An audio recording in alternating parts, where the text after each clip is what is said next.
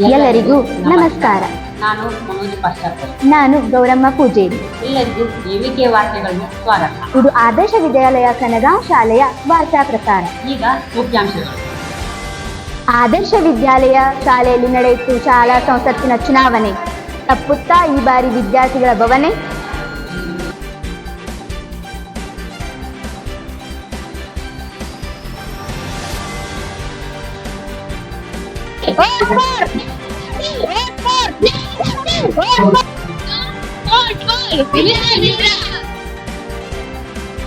ಮತ ಚಲಾಯಿಸಲು ಸಾಲಾಗಿ ಬಂದ ವಿದ್ಯಾರ್ಥಿ ಮತದಾರ, ಗೆದ್ದ ಅಭ್ಯರ್ಥಿಗಳು ನೀಡುತ್ತಾರಾ ಸಹಕಾರ. ವಿದ್ಯುನ್ಮಾನ ಯಂತ್ರಗಳಲ್ಲಿ ನಡೆದ ಮತದಾನ, ಶಿಕ್ಷಕರು ಫುಲ್ ಖುಷ್.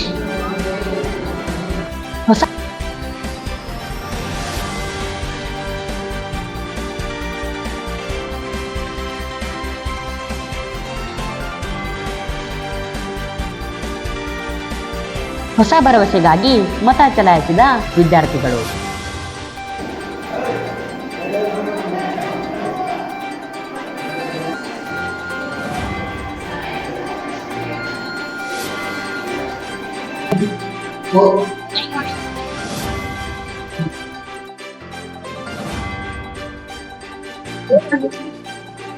ಈಗ ವಾರ್ತೆಗಳ ವಿವರ.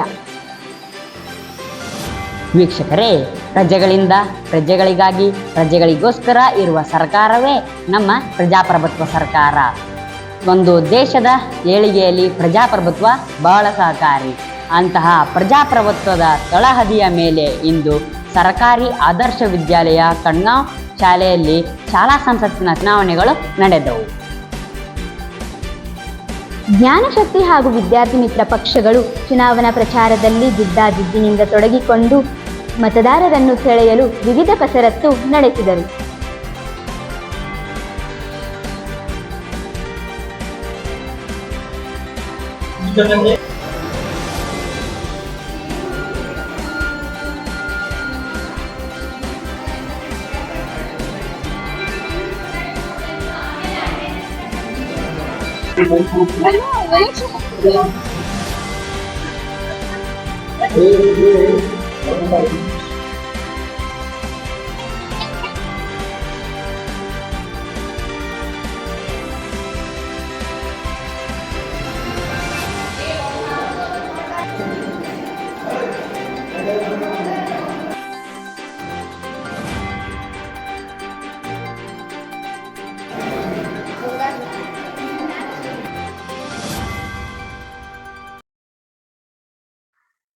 ಬನ್ನಿ, ಈ ಮತದಾನದ ಕುರಿತು ವಿದ್ಯಾರ್ಥಿಗಳು ಏನ್ ಹೇಳಿದ್ರು ನೋಡ್ಕೊಂಡು ಬರೋಣ.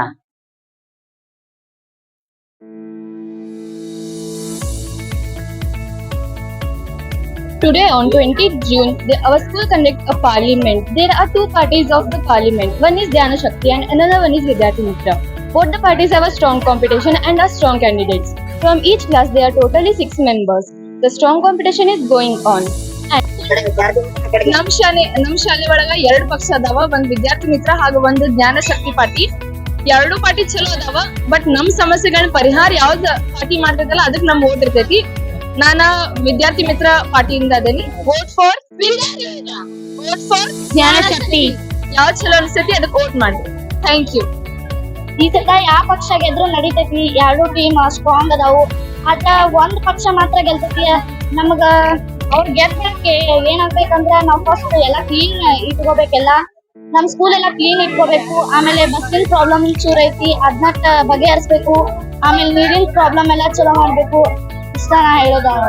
Thank you. ಇವತ್ತು ನಮ್ಮ ಶಾಲೆಯಲ್ಲಿ ಎಲೆಕ್ಷನ್ ನಡೆಯುತ್ತಿದೆ. ಒಂದು ವಿದ್ಯಾರ್ಥಿ ಮಿತ್ರ ಮತ್ತು ಜ್ಞಾನ ಶಕ್ತಿ. ನಾನು ಜ್ಞಾನ ಶಕ್ತಿ ಪರವಾಗಿ ನಿಂತಿರುತ್ತೇನೆ. ನೀವು ಯಾವ ಪಾರ್ಟಿಗೆ ವೋಟ್ ಹಾಕ್ತೀರಿ? ವಿದ್ಯಾರ್ಥಿ ಮಿತ್ರ. ವಿದ್ಯಾರ್ಥಿ ಮಿತ್ರಗ ಯಾಕೆ ವೋಟ್ ಹಾಕ್ತೀರಿ? ವಿದ್ಯಾರ್ಥಿ ಮಿತ್ರ ಪಾರ್ಟಿದವರ ಈ ಸಲ ನಮ್ಗೆ ಏನ್ ಭರವಸೆ ಕೊಟ್ಟಾರು, ನಾವು ನಮ್ಮ ಪ್ರಾಬ್ಲಮ್ ಸಾಲ್ವ್ ಮಾಡ್ತೇವಂತ. ಮೇನ್ ಏನೋ ನಮ್ದು ನೀರಿನ ಪ್ರಾಬ್ಲಮ್ ಆಯ್ತು. 6ನೇ ನೀರಿನ ಪ್ರಾಬ್ಲಮ್ ಇನ್ನೂ ತನ ಅದ್ರ ಬಗ್ಗೆ ಯಾರು ಇನ್ನೂ ಯೋಚನೆ ಮಾಡಿಲ್ಲ. ಆ ಯೋಚನೆ ವಿದ್ಯಾರ್ಥಿ ಮಿತ್ರ ಪಕ್ಷ ಹೊರಗಡೆ ಬಂದೈತಿ. ನೆಕ್ಸ್ಟ್ ಈ ಸಲ ಒಂದ್ ಸಜೆಷನ್ ಬಾಕ್ಸ್ ಮಾಡ್ತಾನಂದಾರ. ಅವ್ರಿಗೆ ಮತ್ತೆ ಎಕ್ಸ್ಪೀರಿಯನ್ಸ್ ಜಾಸ್ತಿ ಐತಿ ವಿದ್ಯಾರ್ಥಿ ಮಿತ್ರ ಪಾರ್ಟಿ. ಯಾಕಂದ್ರೆ ಲಾಸ್ಟ್ ಟೈಮ್ ರೂಲಿಂಗ್ ಪಾರ್ಟಿನೂ ಅವರಾಗಿರೋ, ಈ ಸಲ ಅವ್ರು ಹಾಕ್ತಾರೆ ಅಂತ ನಮ್ಗೆ ಭರವಸೆ ಐತಿ. ಸೊ ವೋಟ್ ಫಾರ್ ವಿದ್ಯಾರ್ಥಿ ಮಿತ್ರ. ಇಂದು ಆದರ್ಶ ವಿದ್ಯಾಲಯ RMS ಕನಗಾಂವ್ ಶಾಲೆಯಲ್ಲಿ ಚುನಾವಣಾ ಸಂಸತ್ತು ನಡೀತಾ ಇದೆ. ಈಗ ನಾವೆಲ್ಲರೂ ಓಟ್ ಹಾಕಲು ಹೊರಟಿದ್ದೇವೆ.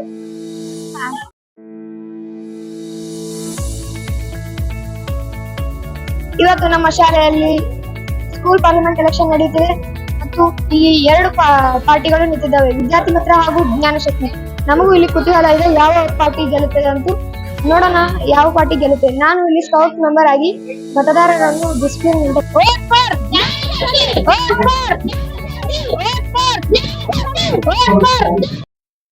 ನೋಡಿದ್ರಲ್ವಾ ವೀಕ್ಷಕರೇ, ವಿದ್ಯಾರ್ಥಿಗಳ ಉತ್ಸಾಹ ಯಾವ ರೀತಿ ಇತ್ತು ಅನ್ನೋದನ್ನ. ಬಾಬಾ ಸಾಹೇಬ್ ಅಂಬೇಡ್ಕರ್ ಅವರ ಸಂವಿಧಾನ ಎಲ್ಲರಿಗೂ ಮತದಾನದ ಹಕ್ಕು ನೀಡಿದ್ದು, ಅದನ್ನು ಪಕ್ಷಗಳು ಹಾಗೂ ಮತದಾರರು ಸರಿಯಾಗಿ ಬಳಸಿಕೊಳ್ಳುತ್ತಿದ್ದಾರಾ ಎನ್ನುವುದೇ ಪ್ರಶ್ನೆ. ಅದಕ್ಕೆ ಕಾಲವೇ ಉತ್ತರ ನೀಡಬೇಕು. ಈ ಮತದಾನದ ಕುರಿತು ಶಿಕ್ಷಕರ ಅಭಿಪ್ರಾಯ ಏನಾಗಿತ್ತು ನೋಡಿಕೊಂಡು ಬರೋಣ. ನಮ್ಮ ಶಾಲೆಯಲ್ಲಿ ಮಾನ್ಯ ಮುಖ್ಯೋಪಾಧ್ಯಾಯರಾಗಿರ್ತಕ್ಕಂತಹ ಶ್ರೀಯುತ MB ಪಾಟೀಲ್ ಸರ್ ಅವರ ನೇತೃತ್ವದಲ್ಲಿ ಮತ್ತು ಸಮಾಜ ವಿಜ್ಞಾನ ಶಿಕ್ಷಕಿಯರಾಗಿರ್ತಕ್ಕಂತಹ ಶ್ರೀಮತಿ ನಿರ್ಮಲಾ ವಿರಕ್ತಮಠರವರ ನೇತೃತ್ವದಲ್ಲಿ ಮತದಾನ ಪ್ರಕ್ರಿಯೆಯನ್ನು ಹಮ್ಮಿಕೊಳ್ಳಲಾಗಿತ್ತು. ಈ ಮತದಾನ ಪ್ರಕ್ರಿಯೆಯ ಪ್ರಮುಖ ಉದ್ದೇಶವೇನೆಂದರೆ ಭಾರತದ ಒಂದು ಚುನಾವಣಾ ವ್ಯವಸ್ಥೆಯ ಬಗ್ಗೆ ಮಕ್ಕಳಿಗೆ ಪರಿಚಯವನ್ನುಂಟು ಮಾಡುವುದು, ಜೊತೆಗೆ ನಮ್ಮ ಸಂವಿಧಾನ, ನಮ್ಮ ಪ್ರಜಾಪ್ರಭುತ್ವ ವ್ಯವಸ್ಥೆ, ಕ್ಯಾಬಿನೆಟ್ ವ್ಯವಸ್ಥೆ, ಆಡಳಿತ ಪಕ್ಷ, ವಿರೋಧ ಪಕ್ಷ ಇತ್ಯಾದಿ ವಿಷಯಗಳನ್ನು ಮಕ್ಕಳಿಗೆ ಪರಿಚಯ ಮಾಡಿಕೊಡುವಂಥ ನಿಟ್ಟಿನಲ್ಲಿ ಇವತ್ತು ಒಂದು ಮತದಾನ ಪ್ರಕ್ರಿಯೆಯನ್ನು ಹಮ್ಮಿಕೊಳ್ಳಲಾಗಿತ್ತು. ಈ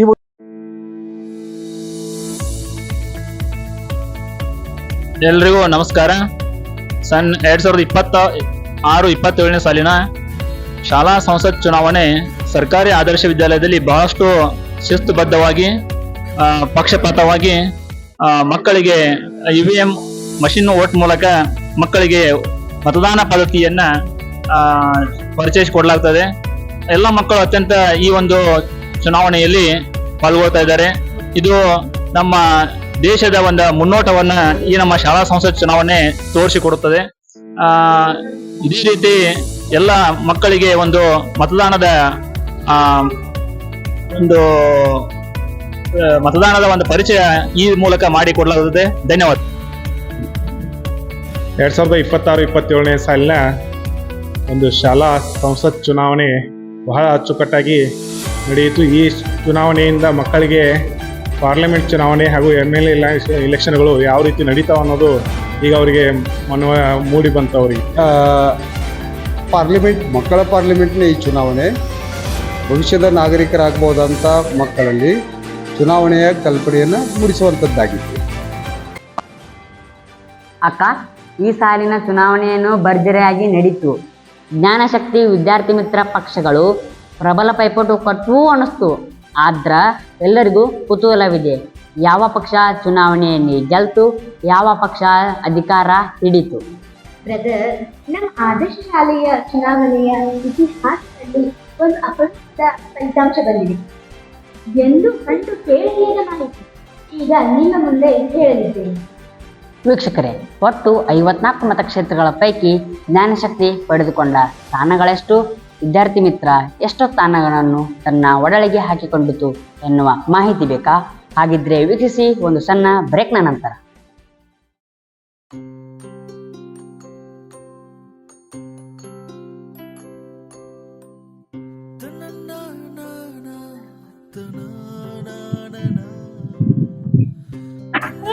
ನೀವು ಕ್ಲಸ್ಟರ್ ಲೆವೆಲ್ ಕ್ರೀಡಾಕೂಟದಲ್ಲಿ ಫಸ್ಟ್ ಪ್ಲೇಸ್ ಬಂದಿರಲ್ಲ? What is the secret of your energy? Egg is the secret of my energy. Banana is the secret of my energy. ಸರ್ಕಾರ ನೀಡುವ ಬಾಳೆಹಣ್ಣು ಮತ್ತು ಮೊಟ್ಟೆ ತಪ್ಪದೇ ತಿನ್ನಿ.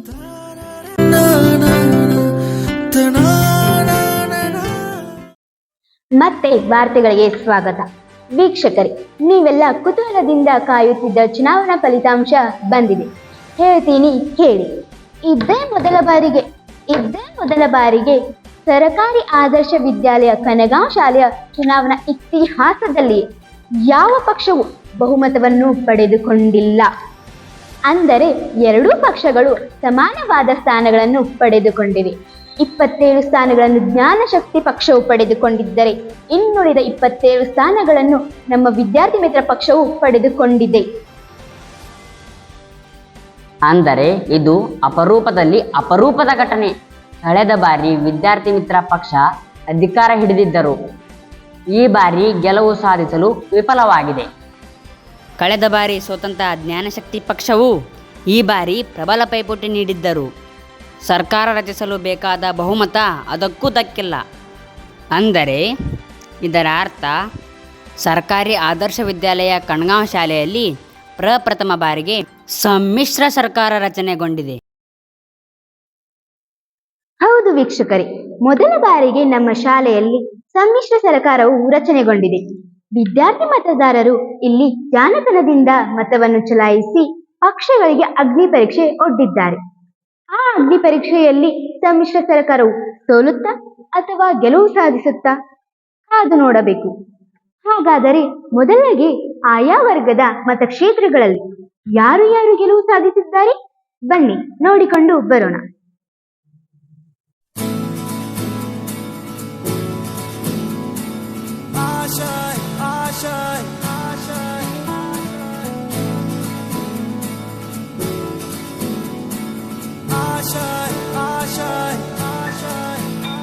कुछ पाने की हो आस आस, कोई अरमा हो जो खास खास आशाएं, हर कोशिश में हो बार बार करे दरियाओं को आर पार आशाएं,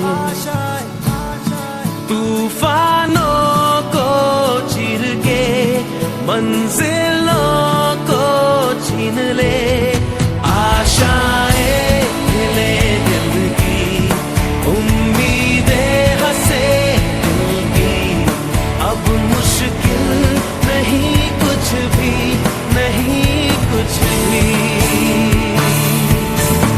आशाएं ले दिल की उम्मीदें हंसे दिल की, अब मुश्किल नहीं कुछ भी, नहीं कुछ भी. ಈ ಸಮ್ಮಿಶ್ರ ಸರ್ಕಾರದಲ್ಲಿ ಯಾವ ಪಕ್ಷದ ಯಾವ ಯಾವ ಅಭ್ಯರ್ಥಿಗಳಿಗೆ ಮಂತ್ರಿಗಿರಿ ಪಟ್ಟ ದಕ್ಕಿದೆ ಎನ್ನುವ ಸಂಪೂರ್ಣ ಮಾಹಿತಿ ಇದೀಗ ಪ್ರಸಾರವಾಗ್ತಿದೆ.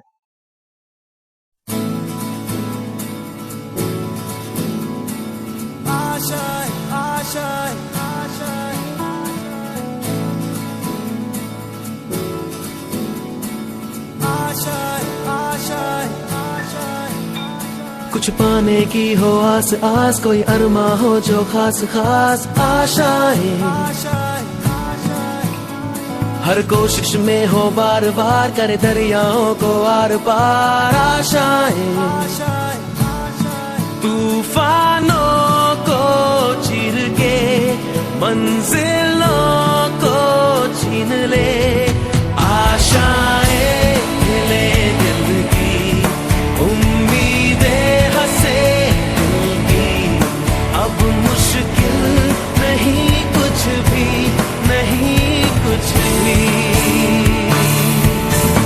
आशाएं ले दिल की उम्मीदें हंसे दिल की, अब मुश्किल नहीं कुछ भी, नहीं कुछ भी.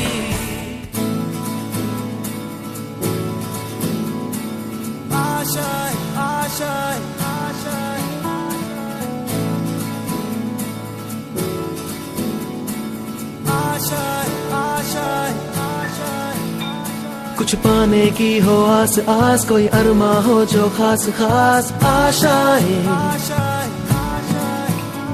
हर कोशिश में हो बार बार करे दरियाओं को आर पार आशाएं, तूफानों को चीर के मंजिलों को छीन ले आशाएं, ले दिल की उम्मीदें हंसे दिल की, अब ಸಂಸತ್ತಿನ ಮೇಲ್ಮನೆ ಅಂದರೆ ರಾಜ್ಯಸಭೆಗೆ ಆಯ್ಕೆಯಾದ ಅಭ್ಯರ್ಥಿಗಳ ಪಟ್ಟಿಯು ನಮ್ಮಲ್ಲಿ ಲಭ್ಯವಿದೆ. ಇದೀಗ ಅದನ್ನು ನೋಡಿಕೊಂಡು ಬರೋಣ. नहीं कुछ भी, नहीं कुछ भी,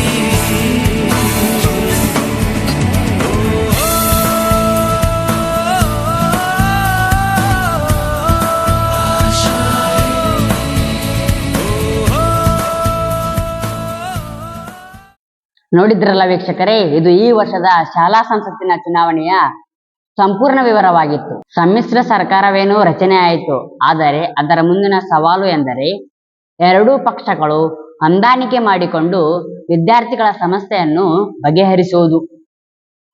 ಅದರಲ್ಲಿ ಎರಡೂ ಪಕ್ಷಗಳು ಯಶಸ್ವಿಯಾಗ್ತಾವ? ತಮ್ಮ ಭಿನ್ನಾಭಿಪ್ರಾಯಗಳನ್ನು ಮರೆತು ವಿದ್ಯಾರ್ಥಿಗಳಿಗೆ ಸ್ಪಂದಿಸುತ್ತಾರ? ಕಾದು ನೋಡಬೇಕು. ಕಾಲವೆಂಬುದು ಎಲ್ಲ ಪ್ರಶ್ನೆಗಳಿಗೆ ಉತ್ತರ ನೀಡುವ ಮಹಾಜ್ಞಾನಿ. ಕಾಲಕ್ಕೆ ಎಲ್ಲವನ್ನೂ ಅರ್ಥ ಮಾಡಿಸುವ ಶಕ್ತಿ ಇದೆ. ಕಾಯೋಣ. ಈ ಸಮ್ಮಿಶ್ರ ಸರ್ಕಾರವು ಗೆಲ್ಲುತ್ತಾ ಬೀಳುತ್ತಾ ಗೊತ್ತಿಲ್ಲ. ಏನೇ ಆಗ್ಲಿ, ಈ ಅಪರೂಪದ ಸಮ್ಮಿಶ್ರ ಸರ್ಕಾರವು ಯಶಸ್ವಿಯಾಗಲೆಂದೇ ನಮ್ಮ AVK ವಾರ್ತಾ ವಾಹಿನಿಯ ಆಶಯ. ಮತ್ತೆ ನಿಮ್ಮ ಭೇಟಿ ಮುಂದಿನ ವರ್ಷ. ನಮಸ್ಕಾರಗಳು. नहीं कुछ भी